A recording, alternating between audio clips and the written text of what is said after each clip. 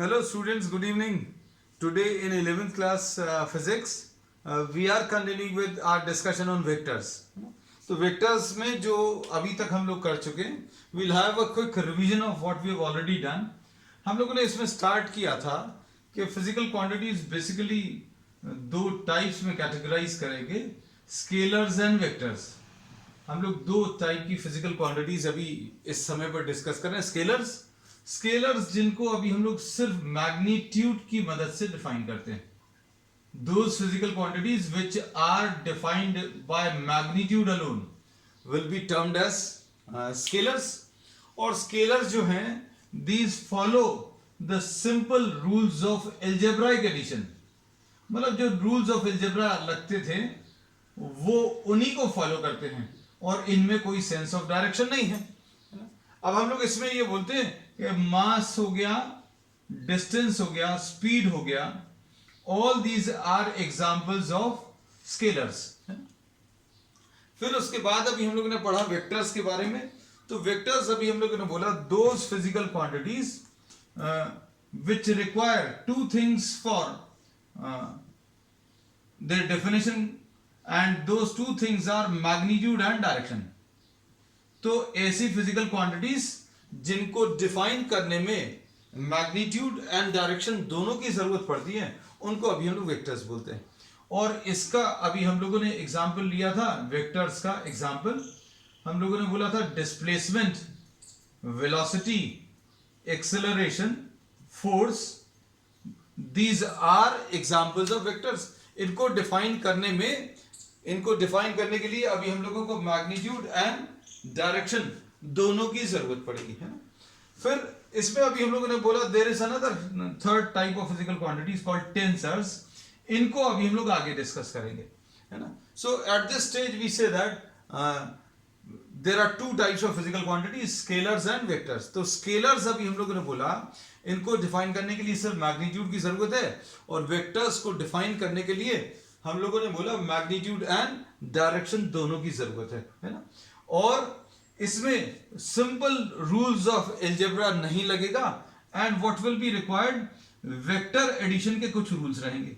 और vector addition क्या है that will be discussing at a later stage, है ना. तो ये वेक्टर एडिशन जो है that is very different from what we have studied up in algebras, है ना. अब इसमें नेक्स्ट अभी हम लोगों ने लिया था graphical representation. Graphical representation of vectors में हम लोगों ने ये बोला कि vectors are represented graphically by a directed line segment. Vectors को अगर आपको रिप्रेजेंट करना है ग्राफ पर then these are represented by a directed line segment. एक डायरेक्टेड लाइन सेगमेंट की जरूरत पड़ेगी. अब इसमें अभी हम लोग ये कहते हैं डायरेक्टेड लाइन सेगमेंट मतलब एक लाइन सेगमेंट जिसकी लेंथ जो है that will be decided by length of the line segment will be proportional to the magnitude of the vector.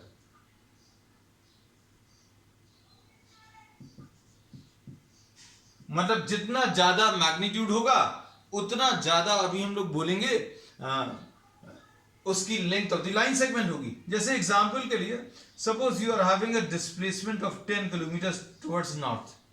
तो आप क्या करोगे एक 10 सेंटीमीटर की you will be selecting a suitable scale and the suitable scale में भी say 1 kilometre is represented by 1 centimetre. तो you will be drawing a line segment of 10 centimetre. 10 centimetre की लाइन ड्रॉ करेगी और ये 10 सेंटीमीटर की जो लाइन है that will be representing this vector. और इसमें ये लाइन सेगमेंट है, इसकी डेफिनेट लेंथ है, और ये length of the line segment जो अभी हम लोगों ने बताया है that will be proportional to magnitude of the vector. इसका मतलब ये है कि अगर हम 20 किलोमीटर का कोई वेक्टर लेते तो लाइन सेगमेंट की जो लेंथ है वो 20 सेंटीमीटर की होती. क्यों? अभी हम लोगों ने बोल दिया that length of the line segment will be proportional to what the magnitude of the vector, है ना. तो अभी हम लोगों ने जो स्केल सिलेक्ट किया था that is 1 kilometre represented by 1 centimetre, है ना. अब इसमें हम लोग ये कहते हैं बच्चों ये वेक्टर जो है P से स्टार्ट होकर Q पर खत्म हो रहा है. P is the initial point, P is the initial point and Q is the terminal point. And this vector will be represented by PQ. इसको अभी हम लोग ऐसा रिप्रेजेंट करते हैं. लाइन सेगमेंट अगर होती तो सिर्फ PQ बोलते हैं, है ना.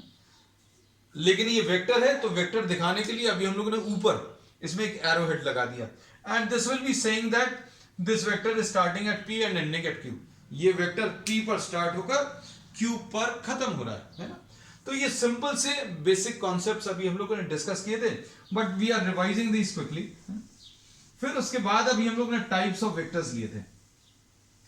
टाइप्स ऑफ वेक्टर्स में अभी हम लोगों ने जो बोला था, इसमें अभी हम लोगों ने बोला था को इनिशियल वेक्टर्स,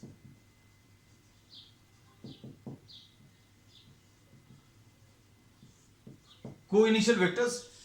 इसके नाम से ही क्लियर होगा, will just say the definition. Co-initial vectors क्या है? Vectors which are having the same initial point. Vectors जिनका सेम इनिशियल पॉइंट है उनको अभी हम लोग को इनिशियल वेक्टर्स बोलते हैं. And the same initial point is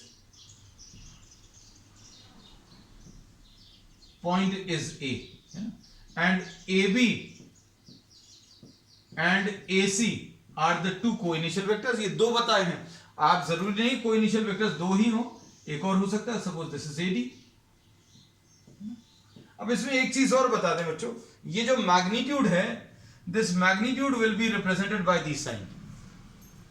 ये this will be the magnitude of vector PQ. तो अभी हम लोगों ने बोला वेक्टर PQ में दो ही चीजें होती हैं, one is the magnitude and the other is the direction. तो अभी हम लोगों ने बताया कि मैग्नीट्यूड बताने के लिए अभी आप ऐसा कुछ यूज करोगे, वेक्टर को कंप्लीटली डिस्क्राइब करने के लिए PQ यूज करोगे.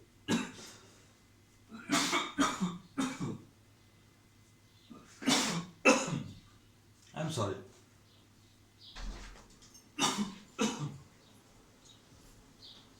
तो इसमें अभी हमने आपको यह बताया कि वेक्टर PQ जो है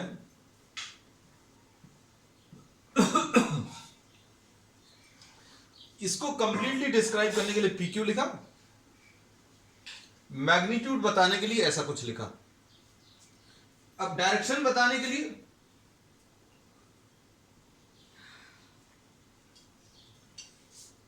हम लोगों ने इसमें यह बताया है कि vector PQ, this is the vector.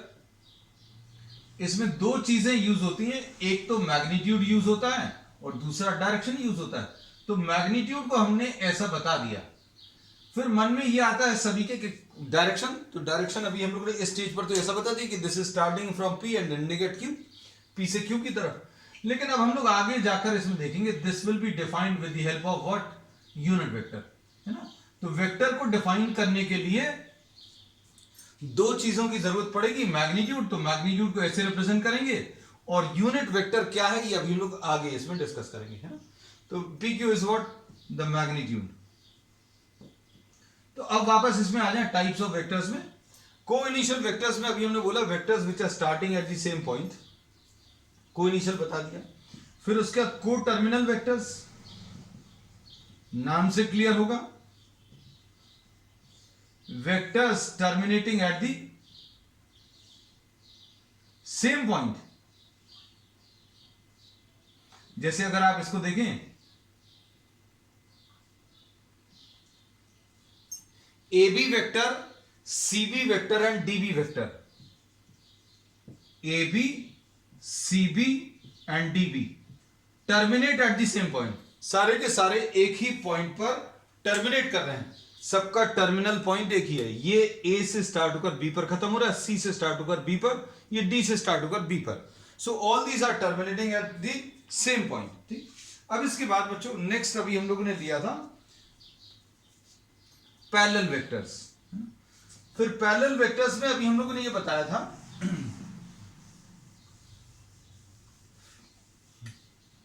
we are quickly revising what we have done in the previous class. Parallel vectors or the like vectors.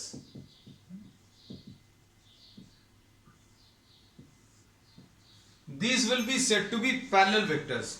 इसमें we are not talking of the magnitude, we are just talking of what, the direction. और इसमें अभी हम लोगों ने बोला कि vectors which are having the same direction, vectors which are having the same direction are called parallel vectors, है ना. और इनके बीच में जो एंगल है, angle will be 0 degrees. Angle इनके बीच में कितना होगा, 0 डिग्रीज. तो पैरेलल वेक्टर्स क्या है, vectors Poynting in the same direction. जरूरी नहीं है कि ऐसे हो. ये देखो, ये एक और सेट बना दिया अभी हमने. ये सेट ऑफ 3 पैरेलल वेक्टर्स है, ये सेट ऑफ 2 पैरेलल वेक्टर्स, लेकिन ये आपस में पैरेलल नहीं है. इनका डायरेक्शन अलग है, इन 3 का डायरेक्शन अलग है. तो ये 3 पैरेलल वेक्टर्स एक कैटेगरी है, ये 2 पैरेलल वेक्टर्स ये अलग है ना. सो देयर में बी मेनी पॉसिबिलिटीज. अब उसके बाद एंटी पैरेलल. एंटी पैरेलल किसको बोलते हैं, vectors which are pointing in the opposite direction. Direction कैसा होगा, ऑपोजिट डायरेक्शन. तो इन दोनों ही वेक्टर्स में, पैरेलल वेक्टर्स में और एंटी पैरेलल वेक्टर्स में, इनको अनलाइक वेक्टर्स बोलते हैं. पैरेलल वेक्टर्स में और एंटी पैरेलल वेक्टर्स में we do not talk of magnitude. हम लोग मैग्नीट्यूड की बात नहीं करते, हम लोग सिर्फ डायरेक्शन की बात करते हैं. पैरेलल वेक्टर्स में डायरेक्शन सेम होता है, एंटी पैरेलल वेक्टर्स में डायरेक्शन ऑपोजिट होता है. बस सिंपल सी चीज है. ठीक.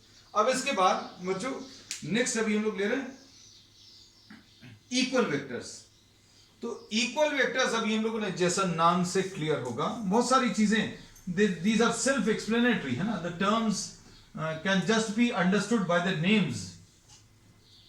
अब इसमें अभी हमने इसका नाम अगर देखें तो इक्वल वेक्टर्स के नाम से क्या पता चलता है, हम लोगों को इक्वल वेक्टर्स के नाम से ये पता चलता है कि vectors which are equal will be termed as equal vectors. अब इक्वालिटी के लिए बच्चों वेक्टर्स में 2 चीजों की बात करते हैं, मैग्नीट्यूड और दूसरा direction.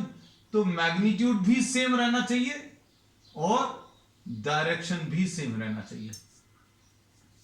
So what are equal vectors, अब क्लियर हो गया होगा. Vectors which are having the same magnitude and same direction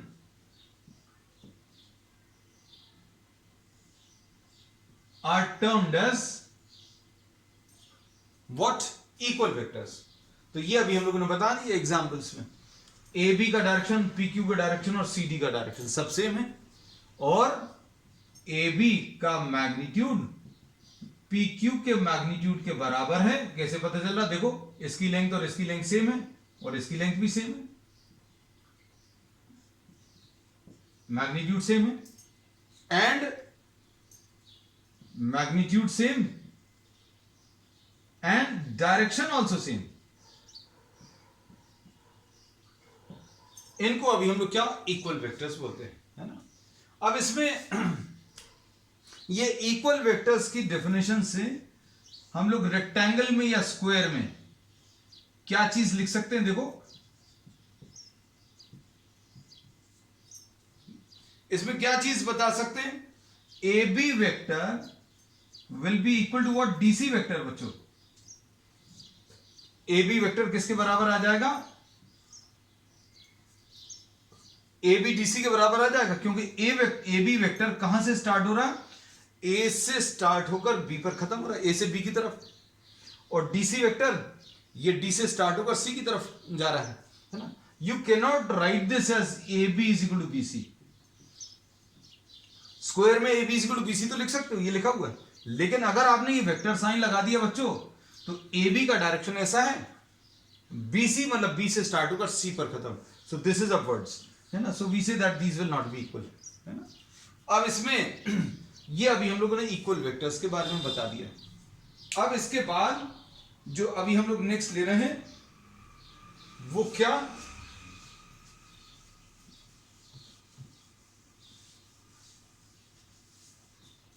negative of a vector. Next concept जो अभी हम लोग ले रहे हैं बच्चों वो क्या है, negative of a vector.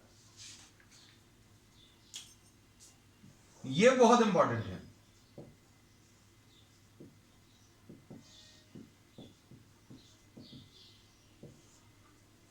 Negative of a vector. तो नेगेटिव ऑफ अ वेक्टर क्या होगा? फॉर एनी गिवन वेक्टर, जैसे सपोज ये ए और बी। अब इसको अभी हम लोग इसके स्टेटमेंट लिख दे रहे हैं। Negative of a vector is vector having the same magnitude but opposite direction। मतलब एक ऐसा वेक्टर जिसका मैग्नीट्यूड तो सेम है लेकिन डायरेक्शन कैसा है? ऑपोजिट है। देखो इसमें जैसे सपोज फॉर एग्जांपल अगर आपने ये लिखा है ए बी और सी डी, अगर आपने ऐसा कुछ लिख लिया, अब इसको शॉर्ट में अभी हम लोग ऐसा भी लिख सकते हैं। देखो बच्चों, हम ए बी अगर नहीं लिखना चाहें तो ये ए वेक्टर, इसको पूरे को नाम दे सकते हैं। इस वेक्टर को बी वेक्टर नाम दे दिया है ना। तो ये वेक्टर है, सिर्फ ये बताएगा। तो इसमें देखो ए राइट की तरफ है, बी लेफ्ट की तरफ है ना। तो अभी हम लोग क्या बोलेंगे बच्चों? ए और बी का मैग्नीट्यूड तो सेम है, ए और बी का मैग्नीट्यूड तो सेम है, लेकिन डायरेक्शन ऑपोजिट होने के कारण ए और B are negative of each other. A and B will be negative of each other. अब इसको अगर हम यहां पर बताने की कोशिश करें स्क्वायर में, अब इसको अच्छे समझोगे आप इस डायग्राम से। इसमें स्क्वायर में बच्चों अभी हम लोग क्या लिख सकते हैं? हम लोग ए बी वेक्टर ए से स्टार्ट करके बी की तरफ जा रहा है, और बी ए कैसा है? B A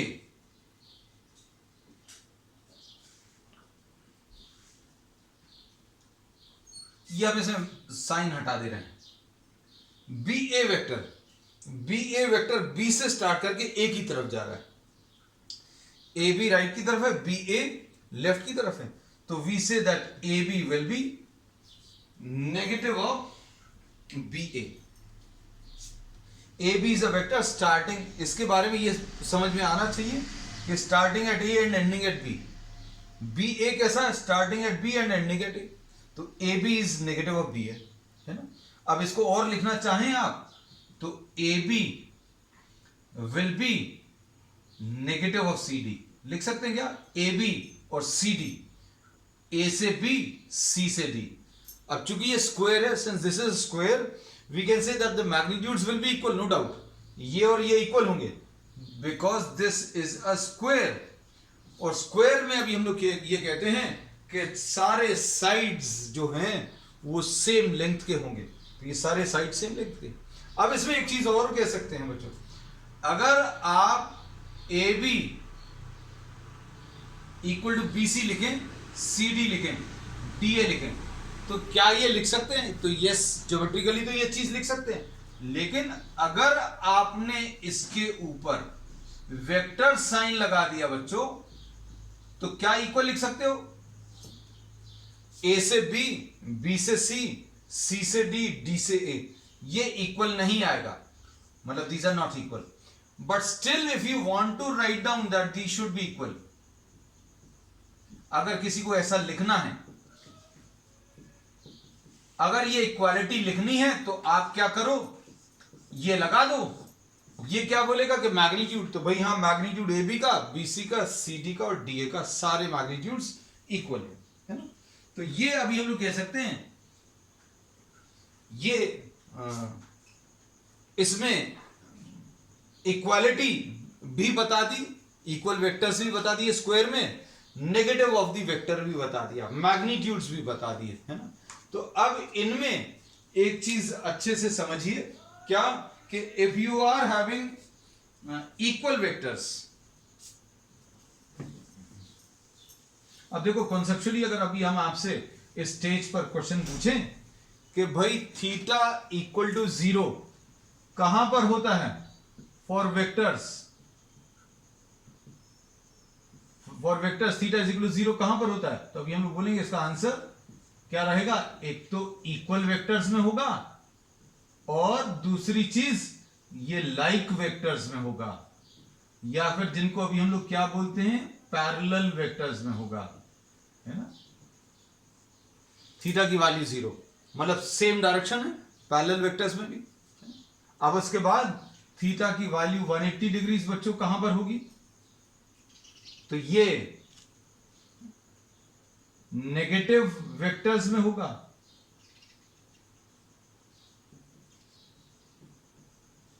negative of a vector and the vector, इन दोनों के बीच में एंगल जो है 180 डिग्रीज होगा, और एंटी पैरेलल में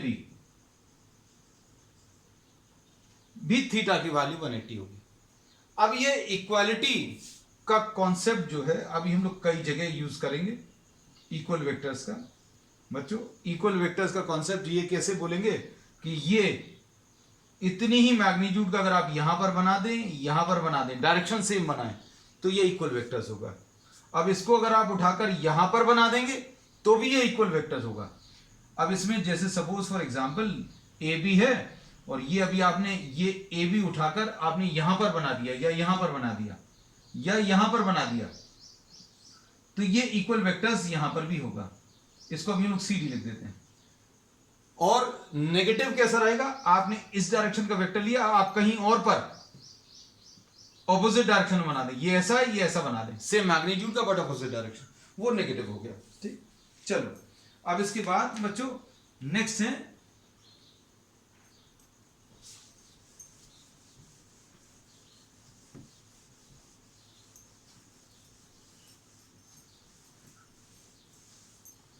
next concept we are taking what collinear vectors.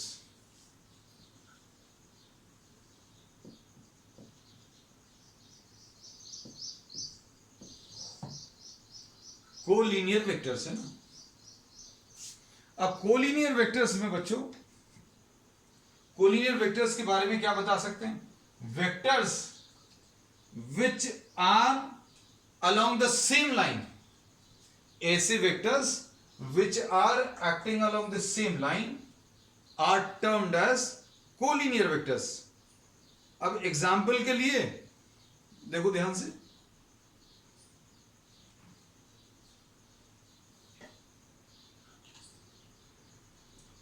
Vectors which are pointing along the same line, इनको अभी हम लोग कोलिनियर वेक्टर्स बोलते हैं। इनमें अभी हम लोग ने सिर्फ ये बताया कि लाइन सेम है, we are not talking of direction. तो ये एक सेट ऑफ कोलिनियर वेक्टर्स हैं, these are along the same line. This is another set, इसमें थीटा की वैल्यू 0 है, इसमें थीटा की वैल्यू 180 है ना। तो दो पॉसिबिलिटीज हैं बच्चों, दो पॉसिबिलिटीज क्या हैं, दो पॉसिबिलिटीज ये हैं कि one of the vectors, one set of vectors, collinear vectors having theta equal to 0 and another set of vectors having theta equal to 180 degrees. ठीक है, फिर उसके बाद दो टाइप और ले रहे हैं, null vector and unit vector. तो बहुत सारे टाइप हो गए बच्चों आज। नल वेक्टर किसको बोलते हैं, vector which is having zero magnitude,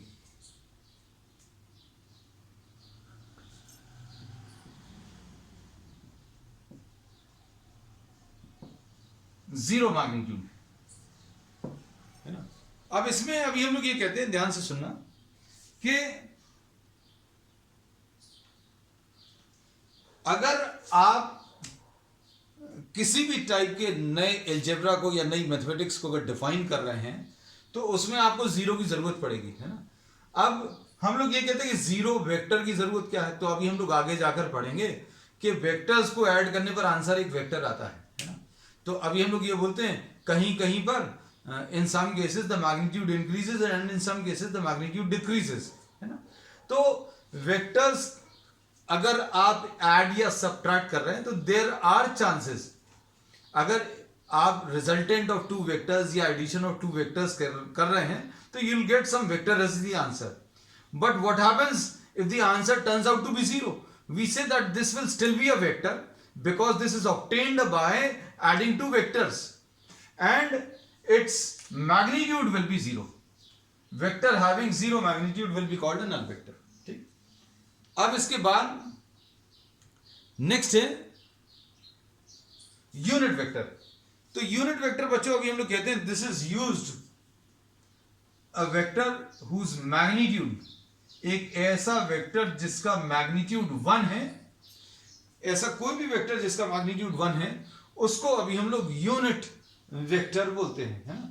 और यूनिट वेक्टर बताने के लिए हम लोग एक अलग टाइप का वेक्टर सिंबल यूज करते हैं। वो कैसा, जैसे suppose for example A B, तो ये वेक्टर ऐसा लिखते हैं, तो इसको this will be read as unit vector A B, इसको अभी हम लोग यूनिट वेक्टर ए बी पढ़ते हैं।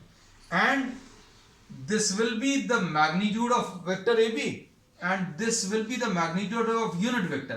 और चूंकि यूनिट वेक्टर का मैग्नीट्यूड अभी हम लोगों ने कितना बताया 1, तो भाई इसका यूज क्या है, हम लोगों ने बोला for any type of algebra और any type of mathematics we require the identities. 0 की जरूरत भी पड़ती है और 1 की भी। 0 is the additive identity maths में, 1 is what the multiplicative identity। So here we describe the 0 and 1। 0 of vectors is the null vectors and the 1 of vectors is the unit vector। लेकिन यहां पर इसका पर्पस थोड़ा अलग है। This is used to specify the direction।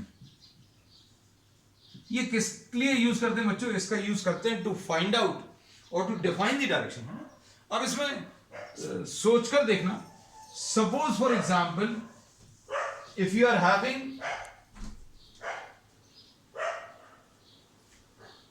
Having a unit vector, अगर ये कोई यूनिट वेक्टर है ना, तो इसमें यूनिट वेक्टर बनाने का तरीका क्या रहेगा, आप इस वेक्टर को, किसी वेक्टर को उसके मैग्नीट्यूड से अगर आप डिवाइड करें, इस वेक्टर में मैग्नीट्यूड है और डायरेक्शन है ना।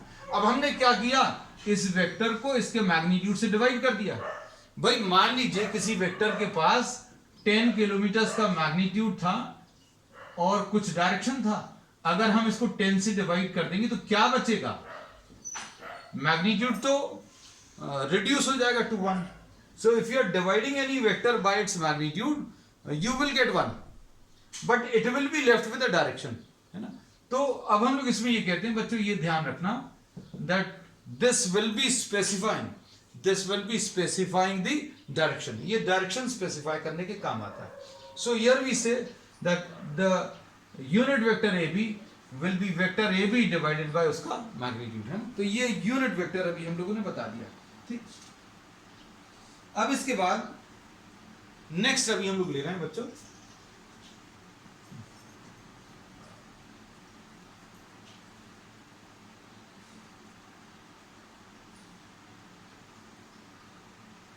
Base vectors. बेस वेक्टर्स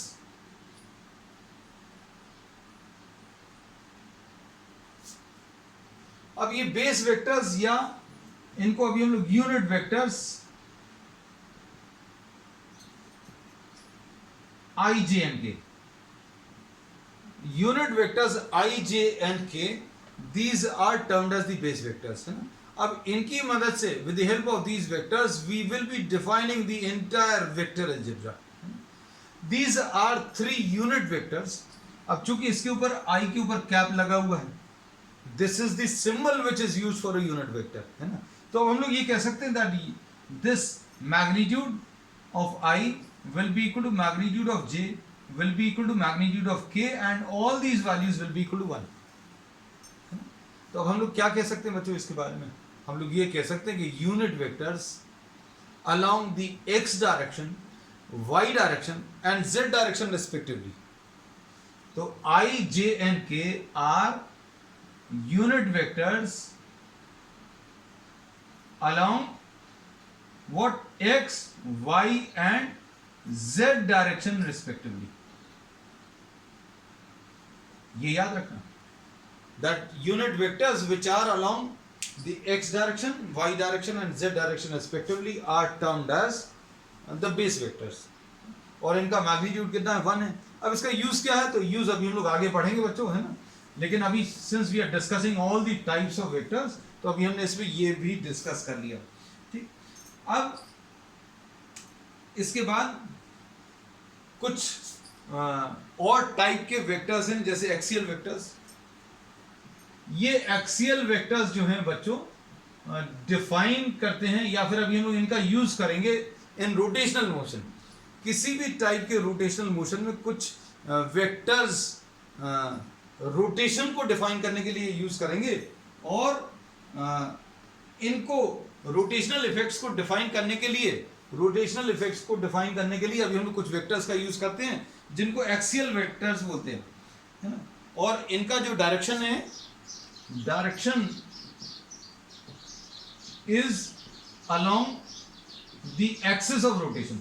अब ये बच्चों हो सकता है शायद अभी ज्यादा समझ में नहीं आया, समझने की जरूरत भी नहीं है, nothing to worry about, will be studying about this. Just suppose for example कोई चीज रोटेट कर रही है, तो इसमें this will be the axis.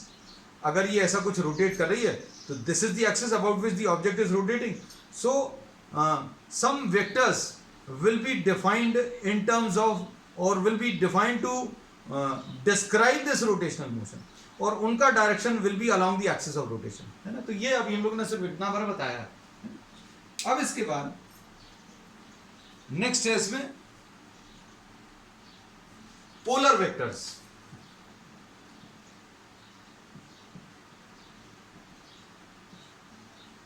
Next type of vector है पोलर वेक्टर। पोलर वेक्टर्स अभी हम लोग उनको बोलते हैं जिनका पॉइंट ऑफ एप्लीकेशन डिफाइंड रहेगा, पॉइंट ऑफ एप्लीकेशन फिक्स रहेगा और डिफाइंड रहेगा, उनको अभी हम लोग पोलर वेक्टर्स बोलते हैं। Point of application is defined और फिक्स्ड, ठीक है।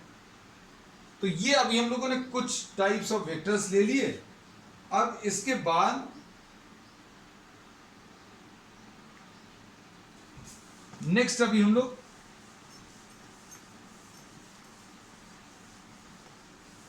we will be now studying about some vector operations, है ना। इनमें कुछ कुछ चीजें अभी हम लोग पढ़ने वाले हैं, इनका भी एग्जाम्पल लिख लेना बच्चों। Polar vectors point of application, जैसे इसमें डिस्प्लेसमेंट अभी हम लोग कह सकते हैं पोलर वेक्टर्स का एग्जाम्पल, और फोर्स भी कह सकते हैं, ठीक है। फिर और इनका एग्जाम्पल एंगुलर मोमेंटम, ये अभी सिर्फ हो सकता है ये small, very small angular displacement, angular momentum, angular acceleration, torque, ये ऐसी कुछ क्वांटिटीज हैं जो एक्सियल वेक्टर्स में कैटेगराइज कर सकते हैं। So we study about these in detail in the subsequent chapters, है ना। अब इसमें है बच्चों next triangle law of vector addition.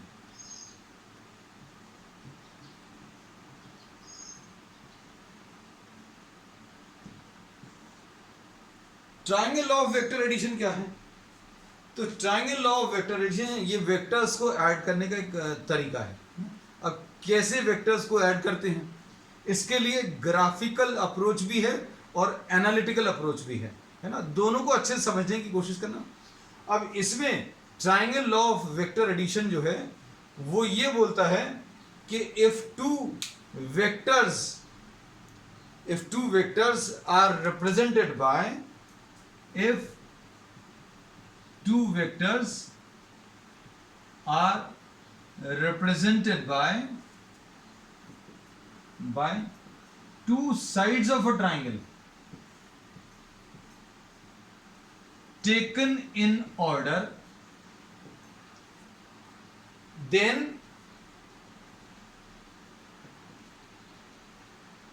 their resultant यानी addition is represented by the third side taken in reverse order। अब इसका मतलब क्या है?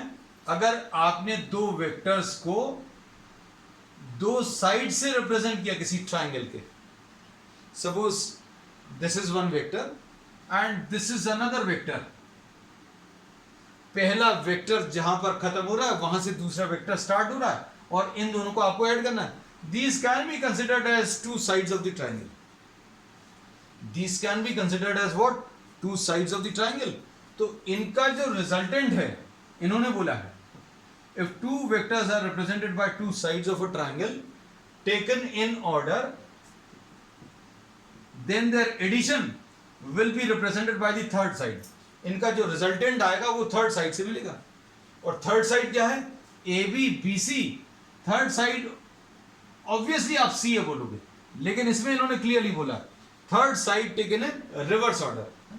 तो ए बी और बी सी का जो एडिशन है वो थर्ड साइड से मिलेगा, लेकिन थर्ड साइड सेम ऑर्डर में नहीं लेंगे, कैसा लेंगे? Reverse order. So we'll elaborate this part in the next class, क्योंकि इसमें ग्राफिकल के अलावा एनालिटिकल अप्रोच भी है, and that will take time.